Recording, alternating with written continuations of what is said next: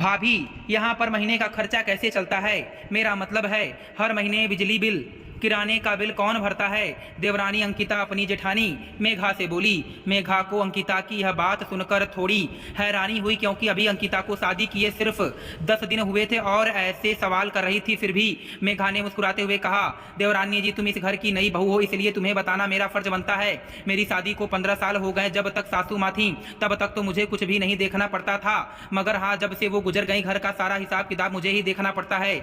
तुम्हारे पति मुकेश की नौकरी तो अभी 3 महीने पहले ही लगी है, इसलिए तुम्हारे जेठ जी सुरेश जी ही अब तक सारा घर का खर्चा देखते आए हैं। अब मुकेश भी कमाने लगा तो जिस भी भाई को फुर्सत मिलती है वह जाकर बिजली का बिल भर देता है या खाने पीने का सामान भर देता है। मेघा की बातें सुनकर अंकिता को लगा कि जरूर मेघा उससे झूठ बोल रही है, क्योंकि अंकिता की मुकेश से सगाई होने के बाद ही अंकिता के मायके वाले ने उसे कह दिया था कि बिना सास वाला घर है अंकिता, तेरी जेठानी सब कुछ हड़प कर अकेली बैठी होगी, तेरे पति की सारी कमाई भी खुद ही के पास रखती होगी और घर का बिजली बिल, किराने का बिल सब उससे ही भरवाती होगी। बेचारे पुरुष तो भाभी को ही अपनी दूसरी माँ समझ लेते हैं, इन्हें कहाँ पता होता है यह औरतों के दाव पेच। और अंकिता ने शादी के बाद देख भी लिया कि मुकेश की अपने भैया भाभी से बहुत बनती है। सुरेश भाई साहब तो थोड़े सरल स्वभाव के थे, किंतु भाभी मेघा बहुत मृदभाषी और चंचल स्वभाव की हैं, जो अपनी मीठी वाणी से सबको साझे में ले लेती हैं। इसलिए तो मुझे भी इतना अच्छा रखती हैं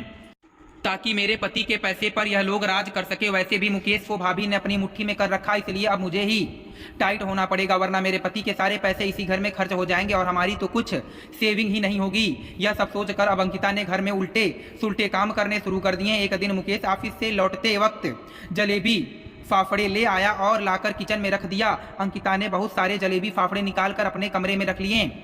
जब मेघा किचन में आई और देखा कि इतने कम जलेबी फाफड़े तो सोचने लगी मुकेश तो कभी कुछ चीज कम नहीं लाता। फिर भी उसने अपने दोनों बच्चों और बाकी घर वालों में जलेबियां फाफड़े बांट दिए। मेघा ने दोनों बच्चों को जलेबियां बहुत पसंद थी। वे बोले, चाचा इतनी कम जलेबियां क्यों लाए हैं?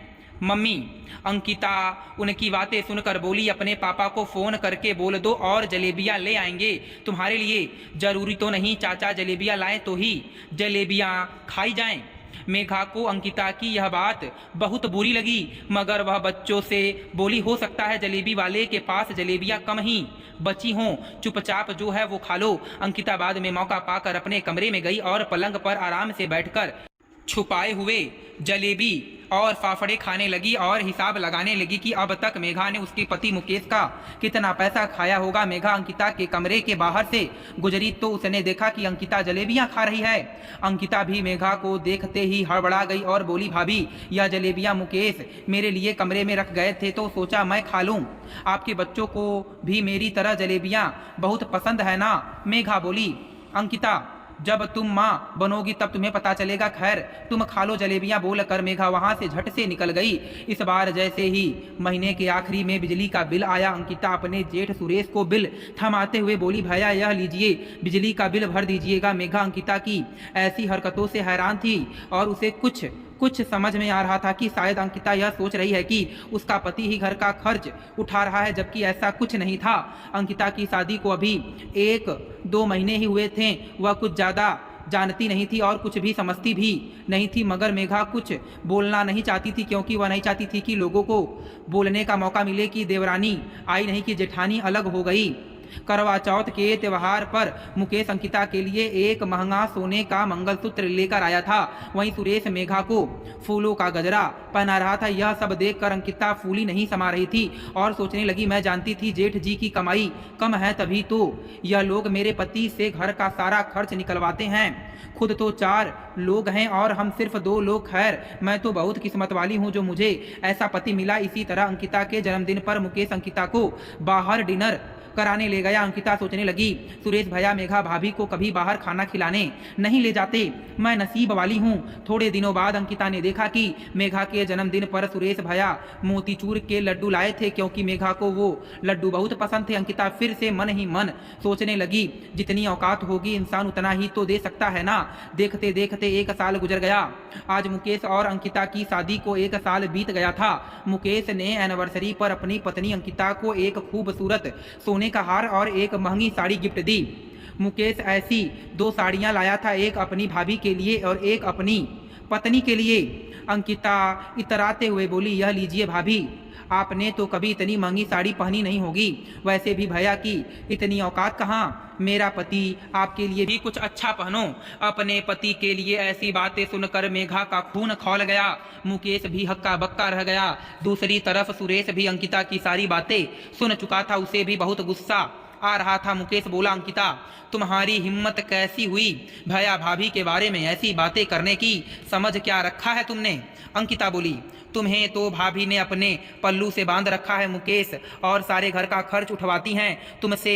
तुम्हारी भाभी भैया भाभी तुम्हें इतनी आसानी से छोड़ने वाले भी नहीं है, क्योंकि तुम्हारी मोटी कमाई पर इनकी नज़र है। मगर भाभी लोग कान खोल कर सुन लो, मैं ऐसा सब होने नहीं दूंगी। कल के दिन हमारे भी बच्चे होंगे, हमारी भी ज़रूरतें बढ़ेंगी। मुकेश अब हम इस घर में नहीं रहेंगे। तुम जल्दी ही एक नए घर का इंतजाम करो। यह घर तुम तुम्हारे बड़े भैया को दान में दे दो। वैसे भी यह तुम्हारे माँ बाप पिताजी का घर है। अब इनकी औकात तो है नहीं कि नया घर खरीदने की, इसलिए हम नए घर में जाएंगे। मेघा बोली, अंकिता अपनी जबान पर लगाम दो। समझ क्या रखा है तुमने खुद को। तुम्हें क्या लगता है दिखावा करने से इंसान बड़ा बनता है। तुम्हारे जेठ जी मुझे करवा चौथ पर सिर्फ गजरा पहनाते हैं, मेरे जन्मदिन पर मुझे मोती चूर के लड्डू खिलाते हैं, तो वे कुछ कमाते नहीं हैं। आओ तुमको दिखाती हूँ करके मेघा ने अपनी अलमारी के लोकर में से सारी सोने की ज्वेलरी निकालकर बताई कि एक से एक बढ़कर थी, जिसे देखते ही अंकिता एकदम हैरान रह गई। और रही साड़ियों की, तो मेघा ने अपनी दूसरी अलमारी खोलकर दिखाई, जिसमें एक से एक महंगी साड़ियाँ मेघा के पास थीं। मेघा बोली, मेरी जब नई नई शादी हुई थी, तुम्हारे जेठ जी और मैं बाहर बहुत घूमने जाया करते थे, और वे मेरे लिए महंगे महंगे गिफ्ट भी लाया करते थे। मगर धीरे धीरे सरलता में रस आने लगा, दिखावा कम करने की आदत पड़ने लगी।